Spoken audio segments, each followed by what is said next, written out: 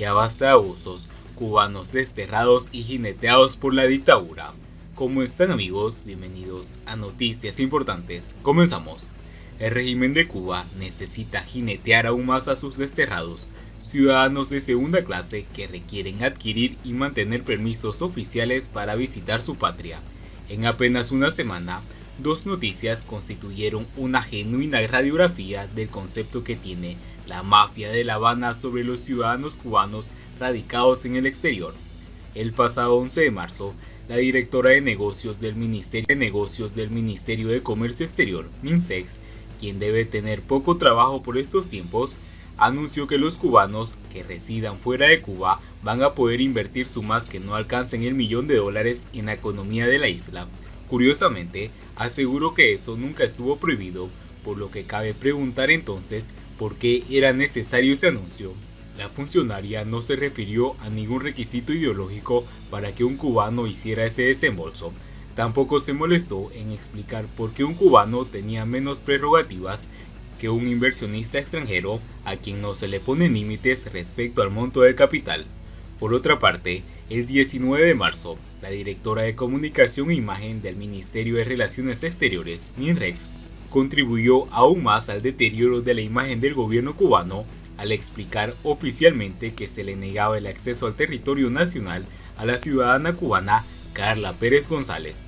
Carla primero había sido expulsada por razones ideológicas de sus estudios de periodismo en la Universidad de Camagüey y después se ganó una beca y se graduó en esa especialidad en Costa Rica. Ahora se disponía a regresar a su país natal, habiendo cumplido a lo largo de esos 4 años todos los trámites y haber pagado todas las cuotas que La Habana le exige a un residente cubano en el exterior. El MINREX de la República de Cuba acaba de decir en público que el Ministerio del Interior, su Dirección de Inmigración y Extranjería, de nuevo por razones ideológicas, ha declarado a Carla oficialmente desterrada. No hay otro calificativo para aquel quien no le permiten regresar ni visitar a su país donde nació, incluso sin tener causa pendiente en tribunales y teniendo al día sus obligaciones fiscales. El MINREX, que sabe aún mejor que el Ministerio del Interior que Cuba es signataria de la Declaración Universal de los Derechos Humanos, avaló la atrocidad jurídica en violación flagrante del derecho al libre movimiento, artículo 13 de la citada Declaración Universal. Si la política del gobierno cubano fuese coherente, habría que preguntarse si Carla, siendo desterrada, podría invertir $1.000.000 en Cuba. No sería sorprendente que accedieran a ello, o sea, ¿cómo conciliamos las declaraciones del MINSEX con el del MINREX y el Ministerio del Interior sobre el caso de Carla?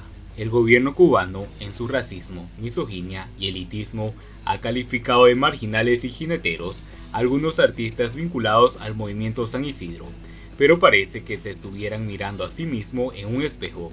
El sistema cubano es marginal en la comunidad de naciones, es una aberración internacional como lo es Corea del Norte, Venezuela e Irán. Es ese sistema que ha hundido en la pobreza a más de la mitad de la población porque además es insostenible.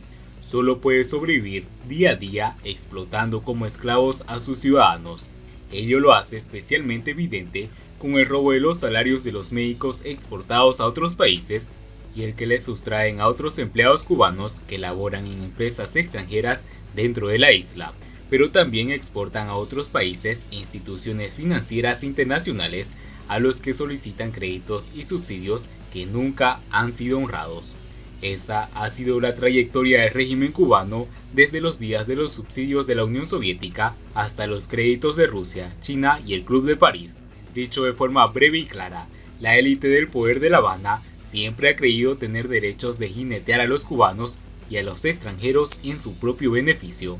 Y ahora, en medio de esta crisis, cree que necesita también jinetear aún más que hasta ahora a sus desterrados, ciudadanos de segunda clase que requieren adquirir y mantener permisos oficiales para poder visitar su patria, y han anunciado incluso que van a estudiar el modo de imponer impuestos sobre sus salarios. Miami, esa ciudad llena de odios, revanchismos e intolerancia, es la fuente principal de ingresos de dólares del país en este momento. Sin ese solidario colchón familiar, cientos de miles de hogares cubanos no podrían literalmente sobrevivir. Gaesa lo sabe y ha transformado la miseria del ciudadano de a pie en ganancias para la mafia de La Habana. Los explotan monopolizando los flujos de remesa, cambiándolas con tasas arbitrarias y obligando a comprar en sus tiendas con precios sobregirados con más del 200% del costo de la importación. De ese modo, el fruto de duras jornadas de trabajos de sus familiares en el exterior va a parar a los bolsillos mafiosos de la cúpula corrupta. Luego, ¿qué somos para el gobierno cubano? Al parecer, por los más recientes anuncios, somos imprescindibles y desterrados.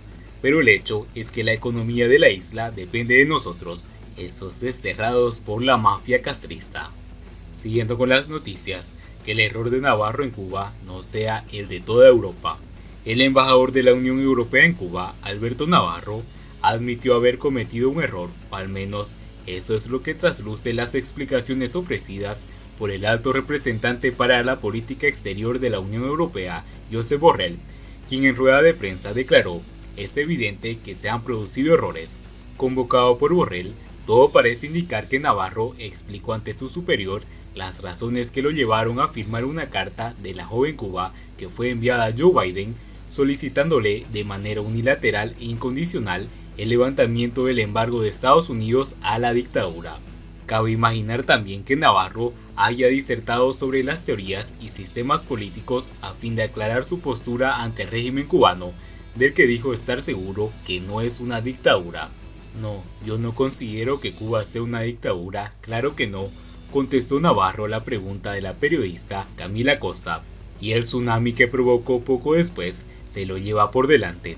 Si la rúbrica de la carta Biden causó un malestar entre opositores y activistas por los derechos humanos en la isla, así como la vergüenza de algunos eurodiputados, la afirmación de que Cuba no era una dictadura encendieron las alarmas en Bruselas. Un vistazo a cualquier manual de ciencia política despejaría dudas de Navarro. Quizás tendría la posibilidad de dudar cómo calificar la dictadura cubana, si personalista, de partido único o militar, aunque siempre le quedaría el comodín de dictadura híbrida para sacarlo de cualquier aprieto conceptual. Si no le convence la teoría, podría remitirse a la evidencia empírica que ofrecen los informes de las ONGs que ubican a Cuba entre los países sin libertad, Freedom House 2020, o como el que menos libertad de expresión permite en la región, ocupando el puesto 171 de 180 a nivel mundial, o también podría consultar los informes de Amnistía Internacional.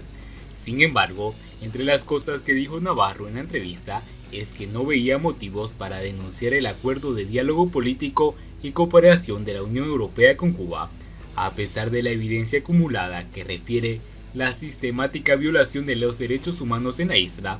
El embajador Navarro considera exageradas las voces que piden la activación del mecanismo de la cláusula de derechos humanos que contempla susodicho acuerdo. Los errores hay que valorarlo en su justo término, y cuando la valoración esté terminada, contestaré a los diputados, dijo el jefe de la diplomacia europea mientras el embajador Navarro regresaba a la delegación de La Habana, al parecer consciente de los deslices cometidos. Independientemente de la llamada consulta, la cuestión aquí y ahora es: ¿qué hará la Unión Europea para corregir los resbalones diplomáticos en los que han incurrido, según el alto representante?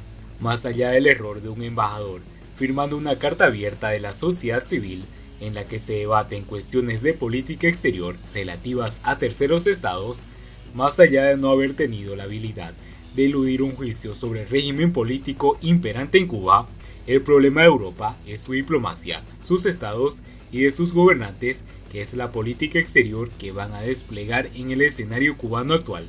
El apoyo a los defensores de los derechos humanos forma parte integrante, desde ya hace mucho tiempo, de la política exterior de la Unión Europea en materia de derechos humanos, aseguran las directrices de la Unión Europea sobre el apoyo a los defensores de los derechos humanos, un documento que debería repasar Alberto Navarro en los ratos que le dejen libres sus habaneras rutinas profesionales. Más allá del contexto que debe analizar la diplomacia europea, hay un principio ético elemental en esta historia. De nada vale reconocer que te has equivocado si vuelves a cometer el mismo error, si vuelves a cerrar las puertas de la delegación de damas de blanco, si normalizas la violación de los derechos de los activistas y defensores de los derechos humanos.